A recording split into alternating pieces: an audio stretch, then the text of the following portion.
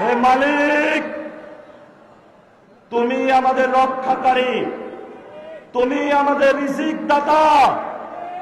যারা এই বাংলাদেশের জনগণ 17 বছর অপেক্ষা করেছিল, আমাদের অধিকার ছিনিয়ে নিয়েছে, ভোট ডাকাতির মাধ্যমে ভাইদেরকে হত্যা করেছে।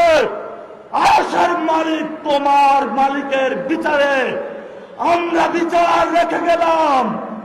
তুমি তাদের দৃষ্টান্তমূলক শাস্তি বাংলার মাটিতে জনগণের সামনে করবে। আমরা আজকে তোমার মসজিদের সামনে বিচার রেখে গেলাম। বাংলাদেশের মানুষ হতাশ হবেন না। লা তাহজান, ইন্নাল্লাহা মা'ানা।